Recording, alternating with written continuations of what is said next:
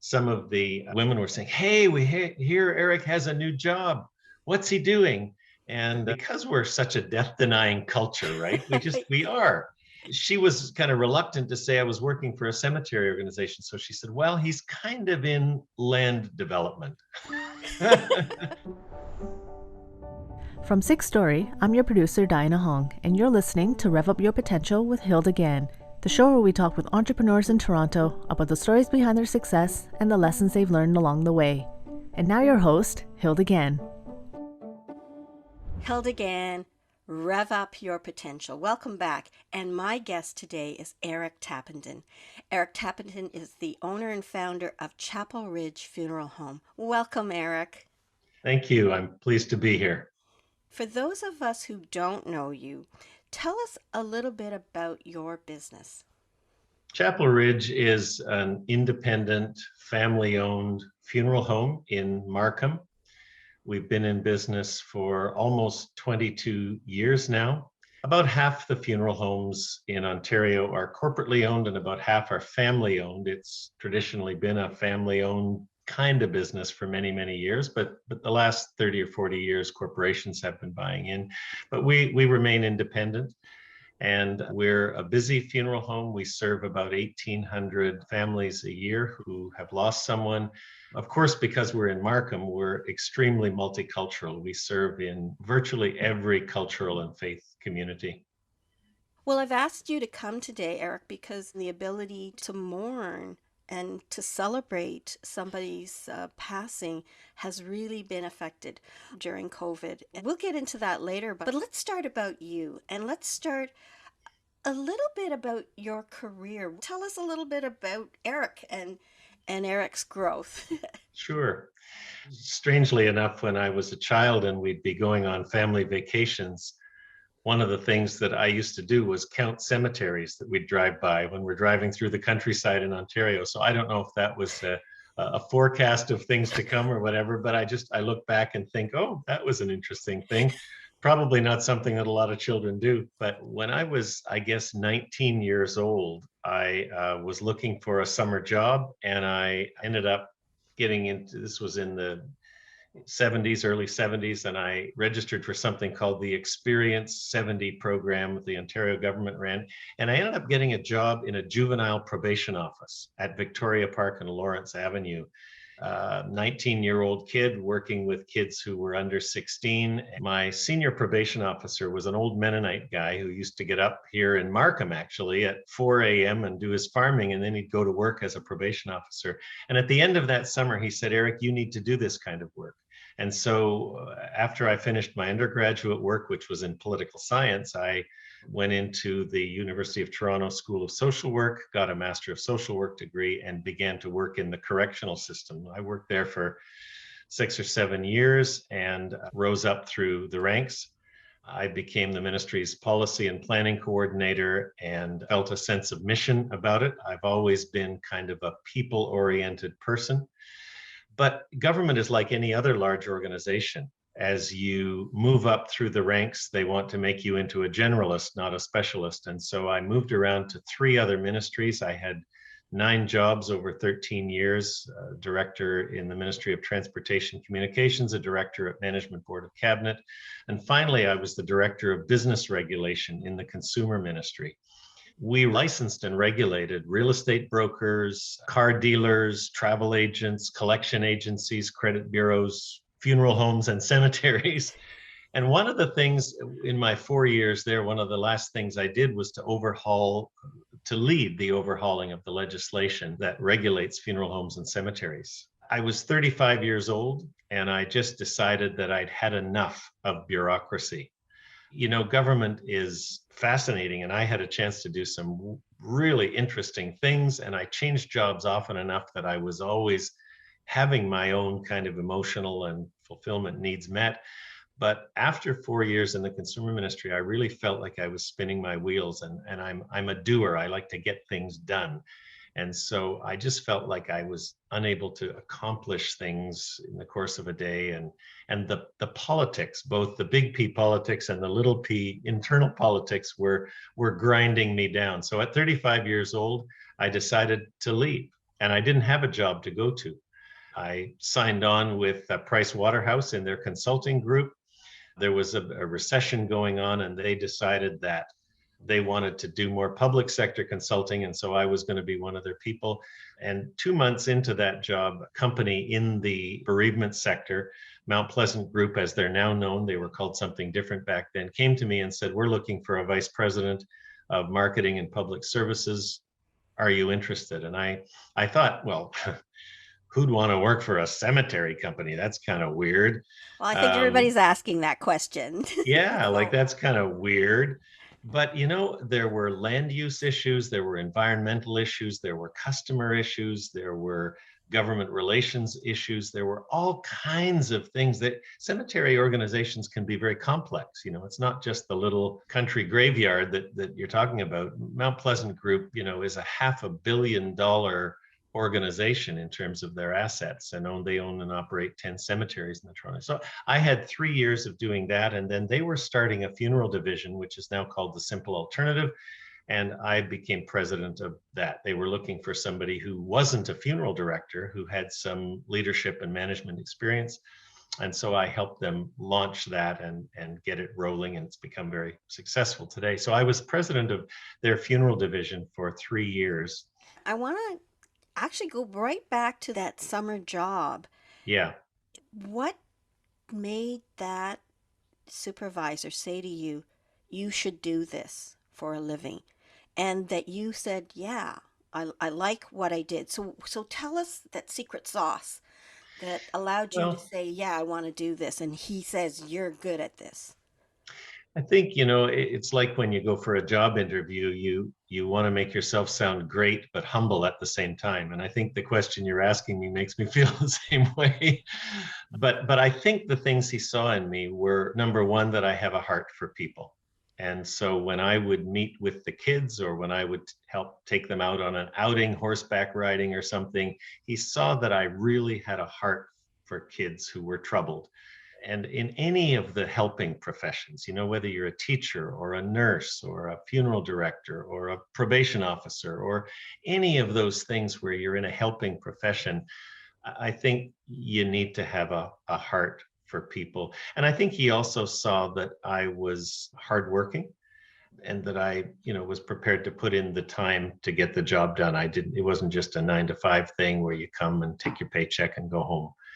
So whatever I have worked at, I've always felt a sense of mission and passion about it. And if I haven't felt a sense of mission and passion, I've moved on very quickly.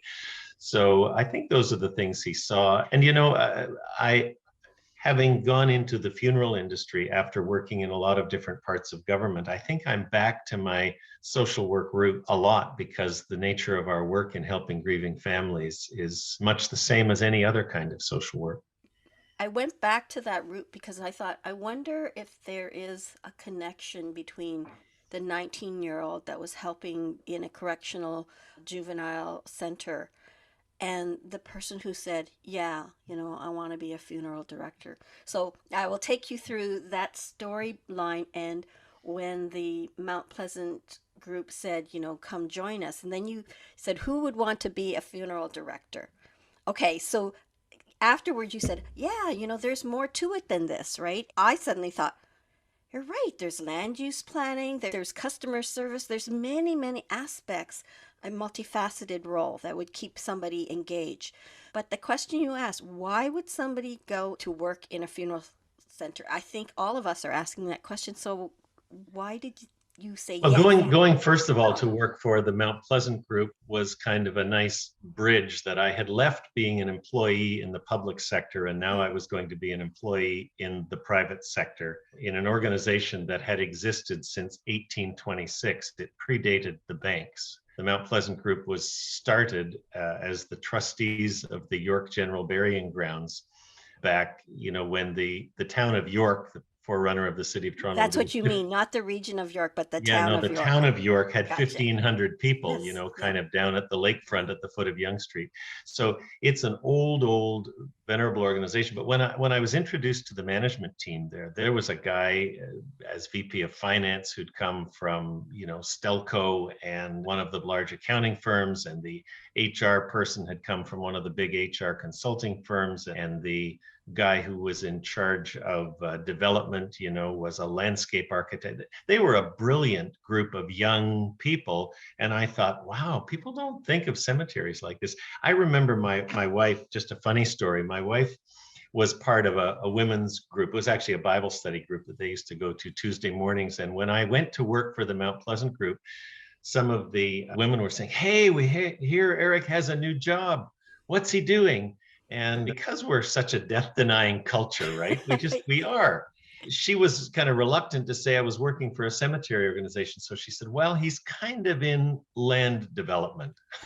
And that was her way of bridging into it. And I used to joke at the time that she still didn't let me talk about cremation at the dinner table, lest it cast aspersions on her cooking. But it's one of those things where people just think it's kind of weird, but for me it seemed like the most logical thing, and it was a wonderful transition for me to still be working for a large organization, but private sector, not public sector. And at the end of my 6 years there, it ended because a friend of mine, my best friend at the time, who was a Baptist pastor, he said to me one morning, he said, Eric, you know how to do this.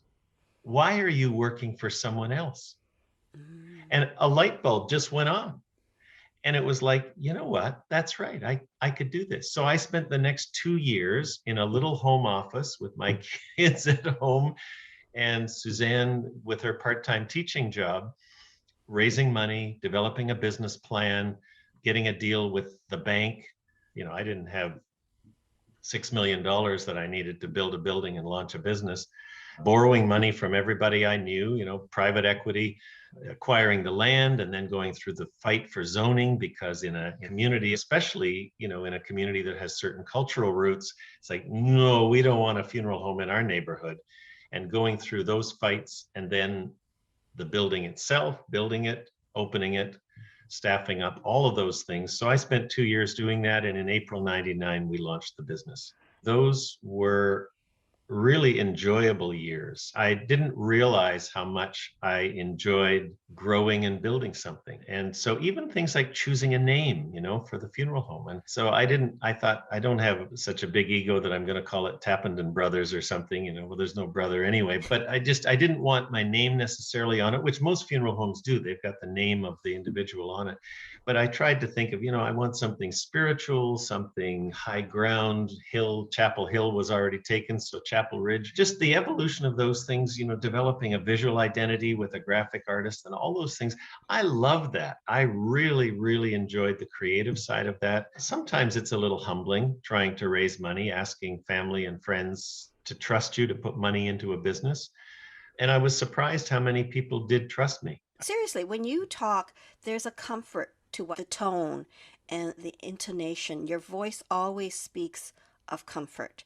Okay. And I sense that social worker in you, who owns this funeral home, provides that kind of support to the loved ones in a difficult time. Well, for whatever reason, people did trust me, and I borrowed money from friends and family, and all of those loans are paid off now. And I never welched on one of them, and so I never had any friends who said, "Oh, well, Eric kind of ripped me off there." So everybody got their money back with interest, and I'm really grateful for that. But yeah, that was probably the hardest thing, was trying to figure out how to come up with the money. And then the uncertainty of it, the uncertainty of knowing whether or not the local politicians, the City of Markham Council, were going to approve the zoning, and whether I'd have to go through a 4-year OMB hearing or something and still try and support myself while I was trying to get this business established. But we managed within the 2 years to do what we had to do. And I used to meet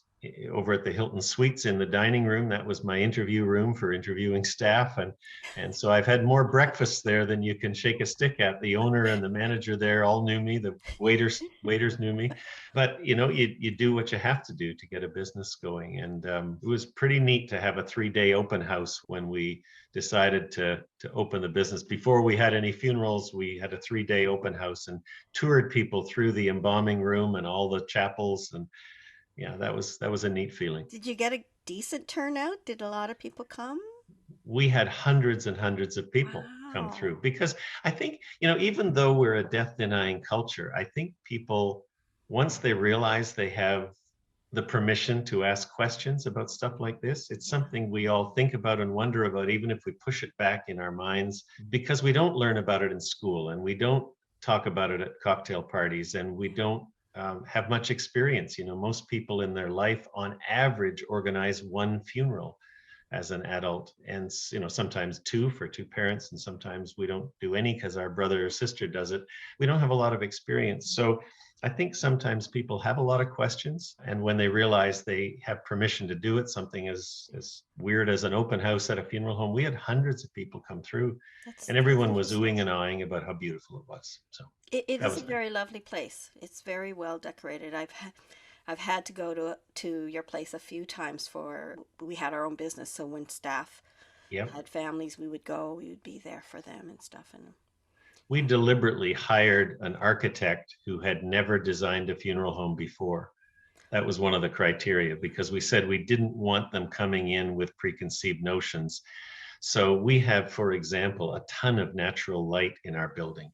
We have windows that aren't that's what covered it up with is. crushed velvet Right. drapes. And natural light is a soothing, healing thing. And people are sad enough when they come here. We don't want the decorating contributing to that sadness. So anything we can do to uplift people's spirits a little bit, make it brighter. And on a sunny day like today, it's quite Yeah. beautiful. Yeah.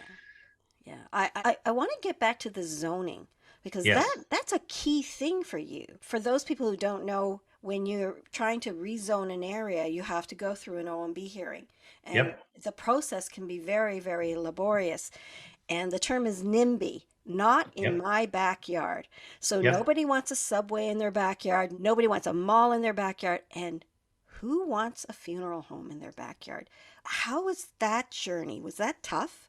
Did you have a lot of It was opposition? incredibly tough. And the uncertainty of it was one of the scariest things, because you realize you're just subject to whatever neighbors and politicians want to say.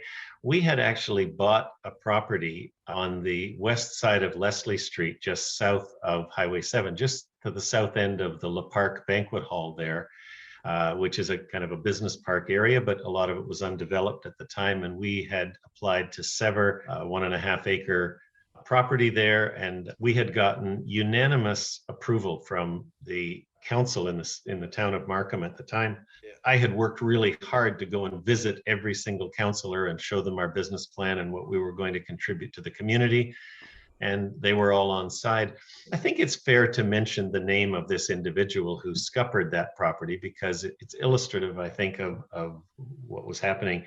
Right across the street from there was a business called Ati Technologies. And at the time, it was the second largest employer in the town of Markham, a huge company that made graphic imaging chips for export. It was founded by a guy, a brilliant technical guy and a brilliant entrepreneur by the name of KY Ho, who I, from a business point of view, have the deepest respect for. KY Ho found out that across the street from him, there was going to be a funeral home. And he called Don Cousins, the mayor of Markham at the time, and he said, if you leave that funeral home where I can see it out my window, then I'm going to move ATI out of Markham. And he actually took out an ad in the Richmond Hill Liberal newspaper saying, we're looking for land in Richmond Hill. So his threat was very real. And Don Cousins at the time phoned me and he said, Eric, we have to find a new site for you, because we're not willing to risk the loss of ATI as a part of the tech hub that was Markham at the time. And so we went looking, and actually the site where we are now on Woodbine Avenue between Highway 7 and 16th, which actually, strangely enough, used to be the old town of Markham offices here, an old white stucco building before they built their new building at Warden and 7.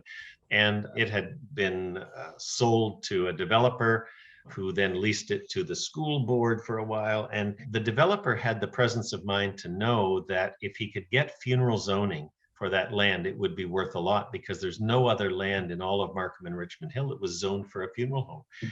So Don actually phoned him when it was going through the process of an OMB hearing, and it took him 4 years to get zoning for this property. Don phoned him and said, if you're going to do business with anybody here in Markham, I want you to do business with Eric because he's a good man. He's a community guy. We would appreciate it if you would do that. So we had kind of a leg up on acquiring the property in terms of them knowing that we were good people. There were actually 3 other corporations bidding on the land, and we managed to be the people who acquired it. And so we didn't have to go through zoning, but then we did have to go through the process of getting site plan approval and all that. And neighbors, fussed about that kind of thing. I always thought, funeral homes are quiet neighbors, really. Like, we don't make a lot of noise. And funeral homes also tend to be very beautiful buildings. They're beautifully landscaped and beautifully maintained. Yeah. So I wouldn't want somebody, but I think just the notion that in many cultures, there's a superstition or what one might call deeply held cultural beliefs about being close to deceased people. And so we had to kind of fight that. But, every culture, every faith group has deaths. And so we have become very much an accepted part of the community. We back onto a beautiful part of the Rouge Ravine here. So there's some separation from houses that way. And people have become very accepting of us in the community now. You mentioned earlier that you are one of the larger funeral homes that provide services, 1,800, yes. I think you said, a year. And you've hinted now too, or talked about multiculturalism. Can you share that? Because I think that's a success for you, isn't it? That you provide to a diverse group of people who are going through mourning. Yeah, we're very different than a lot of the other funeral homes in the area. And, a couple of the other funeral homes in our geographic region here, kind of the way we describe it is they only serve old white people. And old white people are kind of a dying breed. It's, our Markham just by itself as a municipality, I know there's a pun there. And there's as a municipality, always had puns. You always 70, had puns with your business. Undertakers have to have a good sense of humor. It's a coping mechanism. But Markham's, population, I think in the last census, something like 73% of the population of Markham were not born in Canada. Markham is the most multicultural community in all of Canada. And if you're going to be smart as a business person, why wouldn't you say, well, we're here to serve everybody? We want to serve everybody. So right from the beginning, I had 2 Chinese funeral counselors on staff the day we opened. And so we have worked very hard in the Chinese community, for example, to build bridges there. We have a formal partnership we've developed with the Federation of Chinese Canadians in Markham, the FCCM. We have partnerships with a number of cultural groups in other cultural communities. We do 95% of the Tamil funerals in the GTA. We serve in the Filipino community, the African Caribbean community, the Sikh community, the East Indian community. And we have staff that speak all of those languages and who understand the nuances of those cultures and how people grieve. Many times, even people who are from another culture say, we would like to have a traditional Chinese funeral, but we don't really know what that is. So can you tell us? Because that's what we'd like to have for our dad. And so we have staff who are very experienced in all of those cultures and faith groups. We've been very deliberate about that. And that's served us well. And I think it's served the community well. The main reason that people will come to a funeral home is if they've heard from family and friends that they were well served there. And so we have always had the philosophy of providing the most professional and caring service that we can, the focus and the reputation of not upselling and not ripping people off. And that has served us very, very well. So most of our business, it's repeat business in the sense that other people say, yeah, you should go to Chapel Ridge. They're good people there. So here's the thing I want to ask you is that you said we have always had. And this sounds to me like when you started your business, you had a vision. Yes. When I start this business, I want it to be I want to serve multicultural. I want to give fair prices. Is that a fair assumption?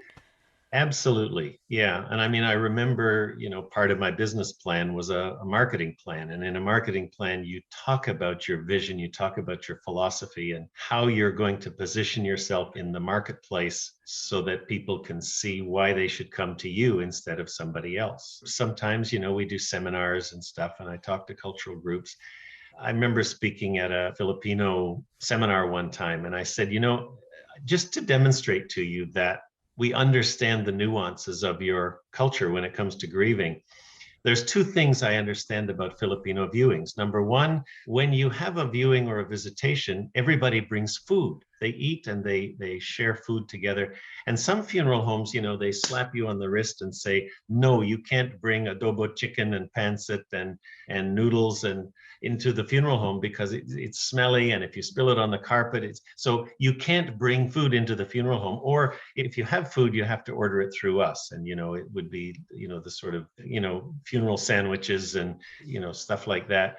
We invite people to bring food. Our hostesses will help you to bring it in, to set it up, to serve it, to clean it up. We honor that tradition. We want you to do that. And secondly, I say, kind of partly tongue in cheek, but, in the Filipino community, we know that you're a late night culture, and you may have booked from 7 to 9 to have your viewing, but at 8:45, we know you're just getting warmed up, and a lot of people who are coming haven't arrived yet. And you know what? I'm in bed by 9:30 if I can be, but that's not that culture. And so we say to our staff on the evening that we have a Filipino visitation, tell your family you're not getting home before 11 because they're going to stay late tonight. And we don't flick the lights on and off at 9 o'clock like some funeral homes do, or announce that the visitation is concluded. If you're going to stay an extra hour, that's fine. And we don't make you feel guilty, and we don't charge you extra for that. When you're saying goodbye to somebody you love, you need to do it in the way that your culture does it. Those cultural traditions should be honored. If I was talking to a Chinese group or an African Caribbean group or an Egyptian Coptic group, I would have similar kinds of stories and points to make. Yeah, for We sure. honor people's cultural traditions, and we do so joyfully. So, and I hear that. So I think this is a good time to ask you the question that some of our listeners may be wondering about. During COVID-19, Mm. our ability to celebrate or mourn somebody's passing has really changed because of Yeah. COVID-19. What are your observations, because you've seen many more than any of us have. Each one of us has our own stories and experiences. Share some of the things that you've seen. Well, COVID-19 has affected everybody so deeply, regardless of who you are or what line of work you're in. But we've been open every day since the pandemic started, including Christmas Day. Every single day we've done funerals, and we do, 5 to 7 funerals a day, given the numbers of people we serve. Sometimes they're here and sometimes they're in places of worship, but that's how many funerals we conduct. And the difficulty has been, for the first 3 months of the pandemic, from kind of late March till mid-June, they restricted funeral homes to 10 people in the building at a time. Now, we're used to having 3 funerals going on at one time in our 3 different rooms, sometimes 10 or 20, sometimes hundreds of people in the room. And all of a sudden to say 10 people, other than staff, 10 people, 10 guests, including clergy at a time, and the overwhelming sense that you just feel so sad about is that we are not meant as human beings to grieve in isolation. We're meant to grieve in community. There's a reason that we have funerals, and it's a gathering of people to begin the process of grieving, to tell stories, to hug, to comfort, to cry together, all the things that we do regardless of what culture we come from. And so for people to say, well, our immediate family alone is 14 people, somebody's not going to be able to come. Just watching families have to go through that has been so hard. And for our staff, our staff, we hire people who not only are very professional, but we hire people who have good hearts and genuinely care about the families they serve, and for them to become glorified security guards, taking people's temperatures, making them sign in, making sure they sanitize their hands, make sure they're wearing a mask. We'll try to, open the fire door and sneak somebody else in, and to have to say, no, no, no, no, no, you can't do that. It's been so hard for our staff to have to serve people and say, I'm sorry, but you can't grieve the way your culture or your family or your faith normally wants you to do. So we were instrumental in pressing the government to open up a little bit in mid-June when the numbers went down, and we were then able to have 30% of capacity, which at least meant, people could have a reasonable number of people come. Yeah. We couldn't serve, food in the funeral home. We still can't even serve coffee to people in the funeral home. But, then of course the second wave came along and we went to lockdown again, and 10 people. And so it's been very, very hard for people to do that. And some people are saying, well, when things are back to normal, then we'll have a celebration of life. And I know people will say that. Most people won't do that because, 6 months or a year later, it's like, you know what, my dad's gone and we've done what we need to do. But some people will. Some people will have a big party. And I think people will need some kind of closure, and yep. that this has been missing. And I can only imagine what it's done to so many families. Yeah. So, yeah, it's been a very difficult thing, and we long for the day when everyone's healthy enough and the pandemic is under control enough that people can get back to doing the rituals and the ceremonies and the gatherings that help heal their hearts. Yeah, exactly. Yeah, thank you for sharing that. You talked about your staff, and I understand you have about 70 staff now. Yes, we do. Yeah. So, what was it like growing from, you said when opening day you had these two Chinese people, because Markham by that point was visibly Chinese in many, many ways. But I've been a Markhamite for 30 plus years. So I've seen that evolution where when we came, there were very few Asians, very few Chinese. And then all of a sudden, there's like lots of neighbors now are Asian, whereas that wasn't when I first moved. So tell us that growth of people. What are some of the struggles and successes of growing your business from the people side?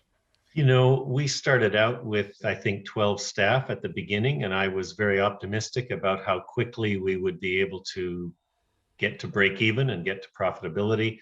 Through that first 7 or 8 years, we didn't get established as quickly as I had hoped. It takes a long time for a community to say, oh yes, when our family members die, we go to Chapel Ridge. It's just top of mind. And that's the place we go to. Our culture goes there, our family goes there. It took much longer than I expected. I thought within 3 or 4 years we would get to break even. And so that's how we were capitalized, and we didn't get there. So our 12 people, we had to dwindle down. We had to lay off people, some of whom were, people I'd hired away from the Mount Pleasant group who were close friends. And I remember at one point in the summer of whatever it was, 2004 or something, being down to 3 of us running the funeral home. And I remember our young female manager at the time being in tears some days because it's like, I don't know how long I can keep this up. But I've always tried to hire people of character, people who have the right values for this work. Skills and knowledge you can teach, but character comes from the heart. It comes from within. And so I've always tried to hire people of character, and that has seen us through some very difficult times.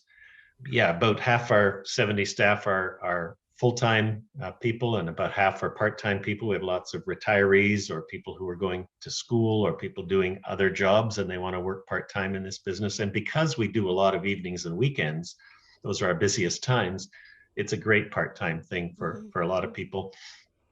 But of our 35 full-time staff, probably 25, I guess you'd describe as visible minorities. We have an annual Christmas party, which is the dinner that we actually bring in funeral directors from outside to man the funeral home for that evening. It's the one time of year when we can actually get everybody off work at the same time to have a gathering and with their spouse, we have a dinner. And when you look around the room that night and you see all these people, different ages, different cultures, different faiths, there's been a wonderful culture culture here of acceptance, beyond tolerance to acceptance of one another's cultural norms and practices. It's been a growing experience for all of us, I think, because you still come across something new. And so the people from that village, that's what they do during a funeral. I've never seen that before. Okay, that's interesting. Let's go with it. I personally feel a sense of pride for you when I imagine a room full of people that you have that you're responsible for. They're your family, and Yeah. you are responsible for their livelihood and their families, safety and security. And I can imagine Christmas must be holiday season celebration must be a wonderful experience of joy and pride for you and Suzanne. It is. We have kind of grown that event. We give service pins. So for, 5 years, 10 years, 15 years, we didn't get to have one last year.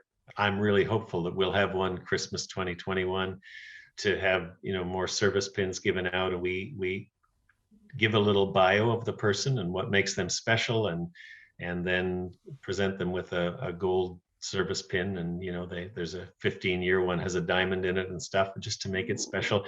And people proudly wear those service pins on their lapels when they're working here. Yeah, And yeah. I don't like the word proud or pride. I don't like that. I think it sometimes connotes sort of being puffed up. But I am proud of our team here. Suzanne and I really love many of them very much, and you got to be careful when you're a business owner that how you express those kinds of emotions and stuff. Yeah. We work really hard at being a good and a safe employer, but at the same time, the nature of our work is extremely emotional, and so it's natural that we share emotional times together. Yeah, many of our staff really quite love each other, and we see each other as family. How do you balance the management of stress? Because COVID-19 has, been identified as there are going to be a lot of people who have mental health issues. Depression being identified as the number one global illness for 2020 and probably into Absolutely. 2021. You are in a very intense business where people are mourning in a way that they were not used to even. How Yeah. are you and your staff coping and managing to stay, in a healthiest mental state possible, physical and mental? One of the blessings that we have in this business is we have not had to work from home. Some people are saying, "Hey, this is very cool. I can wear my pajamas all day, and except when I'm on Zoom calls, and I've got more flexibility in my schedule." And some people have made the best of working from home, and some people have actually been better working at home. It's been better for their mental health. But a lot of people, I think, are feeling very socially cut off. My daughter is a teacher, and so for the time that a high school teacher here at Bill Crothers High School in Markham, and she's a very social person, and for her having to work from home and do everything on Zoom and stuff, or whatever they use, Microsoft Teams, that was hard for her. She couldn't wait to get back to the classroom again Mm-hmm, because it's mm-hmm. socially, it was driving her crazy. Our staff have had the benefit of being able to come to work every day and having that collegial thing. We're down to, we can only have 3 people in the lunchroom at a time for COVID reasons, but at least they can sit and have lunch together. And so we've been actually blessed that way, but we have been deliberate in things like our scheduling, in things like bringing in like muffins and jubes and stuff for the staff areas, or just whatever you can do to kind of make it nicer for people. And we have also said to people, if you need time, one of my funeral directors took last weekend off just to have some headspace, and he needed it. And so Alex, our manager, and I said, yeah, absolutely. Take the weekend, we'll reschedule somebody. And so when people have needed time, we've made time for them. One of my other staff took an extended leave of absence, and we have tried very hard to support people through that. Just find ways of making whatever personal care they've needed, make it available to them. And when people see that, even among their colleagues, they say, okay, I can come to work today. I'm going to come to work today and be healthy, because they even can see that if something did happen to them, they know that we're here for them. Yeah, that's good. That's good. I want to touch upon, you said, when you had to start off, it was slower than anticipated. Your business plan said 3 to 4 years. Yep. And I want people to appreciate the financial struggle that you went through. I mean, you're 22 years in the business. You mentioned to me earlier, you finally paid off your mortgage a year Yeah. ago. Like Yeah. finally. Now that's Yep. the umpteenth version. Kind of walk us through the financial aspects, because I think people who are running a business really think, oh, it's only me. I have this struggle. Here you are successful, but there are financial risks that we take as business owners. Yeah. I don't think people who have never started or run or owned a business, people who are employees have their own struggles, but I don't think they really understand what it means to put everything that you are and everything that you have on the line. For the first 7 years of Chapel Ridge until 2007, really, so it was a little over 7 years, I didn't take a salary from this business at all. We lived on Suzanne's part-time teaching salary. And, my son Glenn was 14 when we opened Chapel Ridge Funeral Home. And I have pictures of him in a burgundy shirt and a green and burgundy tie, handing out brochures at the door during the open house so proudly. Glenn, when he became 21 years old, after those 7 years, he came to work here full time. And I said at Glenn's wedding 5 or 6 years ago, Glenn's mission in life is to save his father from bankruptcy. And he's done a pretty good job. I'm so grateful for that. I'm grateful to the community. And I'm grateful to our customers and our staff. But those 7 years were hard years. We never missed a bank payment and we never missed a payroll, but I didn't get to take any money home. The last thing you do is pay yourself when you own your own business. I cashed in all of our RSPs. Suzanne was a teacher, I was a civil servant. We had our house paid off in 1985, 14 years before I opened the doors here. During those 7 years, we remortgaged our house 5 times. I remember the assessor coming to the house one time and he said, I could assess your house a little higher if you'd fix up your kitchen. I said, well, my wife would love to fix up our kitchen, but the reason we're doing this is because we have no money to fix up our kitchen. And that was just to put money into the business to cover operating losses and to make those payrolls and bank payments for all those years. And, we flirted with bankruptcy. I remember one of my best friends is an accountant, and he said, Eric, let me give you the name of a trustee in bankruptcy, because I don't know if you can do this much longer. If you want to be successful at business, number one, you should make sure you're adequately capitalized before you start and have a rainy day fund. And number two, you need to have the disposition to be able to persevere. Yeah. Because many people said to me, Eric, I don't know how you're doing this. Like, why don't you just pack it in? And of course, you personal guarantees for everything. So you have to guarantee the bank. They don't want to take any risks. So you're in for a penny, in for a pound. And we came awfully close to losing everything. But over time, things began to turn around and we began to be busier. I'm just so very grateful. I think part of it is your perseverance. Finances is one thing. I hear you talked about community, and maybe we should end on that. You talked about building community and how the community, you are part of the community now. And it is through hard work. You are at many, many functions. You and I used to see each other quite a bit Absolutely. at various charitable events, All the right? time. When COVID's over, we'll see each other at those events again. Yes, Yeah. yes. Yeah. Oh, what are you bidding on, Eric? I'm not going to bid on. That's right. We won't bid against each other. But Eric, share your philanthropic community involvement. You are actually the winner of the Tony Roman Award from the town of Markham, or the city of Markham now, for your service to the community. You give freely of your time. I say that with gratitude, because we sat on the board at Markham Stouffville Hospital at the same time together, Yep. and you had so many other events that you were giving of your time freely, and I admire that. So I'd love to end on a note of you sharing some of that community involvement that you do because of who you are. I've taught my kids this from the time they were little. It's a worldview, it's a spiritual belief that life is about relationships. That's the essence of life. There's nothing else worth investing in. There's nothing else that matters in life, really, other than relationships. And, for me as a person of faith, relationship with God, relationship with people around you, your family, your friends, your community, that is just central to what I believe is the essence of life. It's about relationships. And so if you're in business, it's all about relationships. And I think some people can be very cynical and say, yeah, well, you're trying to leverage this, position or this award or this. You know what? Somebody once said to me, when it comes to how you spend your time and your energy, find a need and fill it. And so when people come to you and say, we need you to sponsor this event, or we want you to sit on this board, if you have the time and the energy and you can do it, why wouldn't you?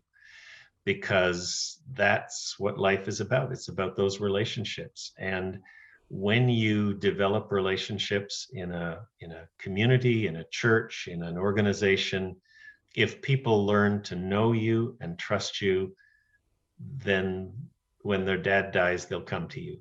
Mm-hmm. And it's almost that simple. And so, yeah, I've done a ton of volunteer work on boards, and I sometimes look in the mirror and say, what on earth do they see in you, Eric? But obviously I've been able to contribute a little bit in some of those ways, and I'm grateful for having had those relationships and some of the things we've seen grow and develop in our community.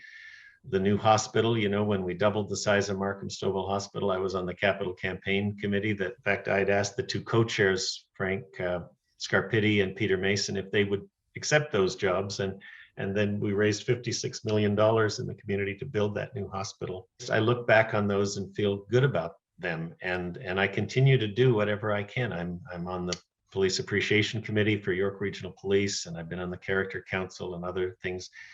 I led a Bible study for the seniors at Union Villa for 12 years. Just little things. You find a need and you fill it. And that's been my focus in life and in business, and it's worked well. I think as entrepreneurs, it's good business, but you need to do it from the heart. I'm like you, I give, and it's something that gratifies me.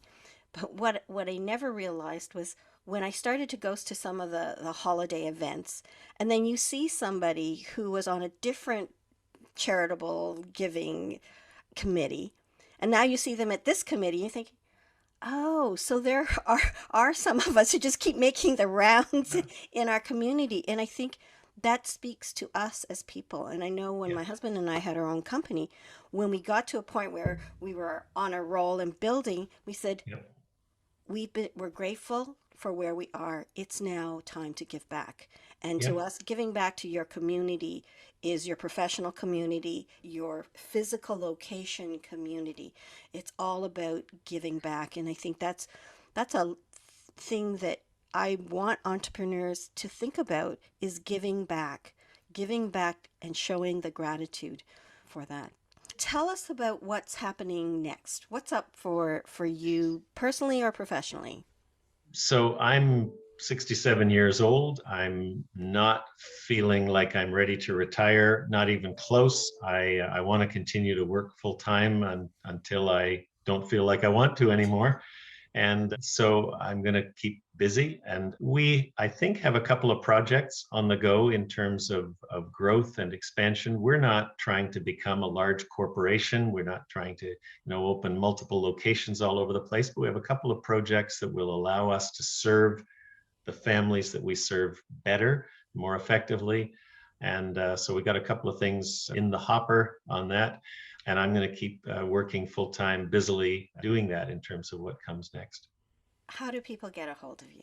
So people can go on our website, www.chapelridgefh.com, FH short for funeral home, chapelridgefh.com, or info@chapelridgefh.com is our general email. I'm Eric@chapelridgefh.com, and I have a direct line which people can phone me at. I love to hear from people, and it gets right through to my office. You don't have to go through the reception or anything, and it's 905-305-8490. And I'm delighted to hear from people if they want to talk about their experience in business. If I can offer any mentoring or coaching, I'm pleased to do that as much as time allows. yeah, just love to hear from people if they want to talk further.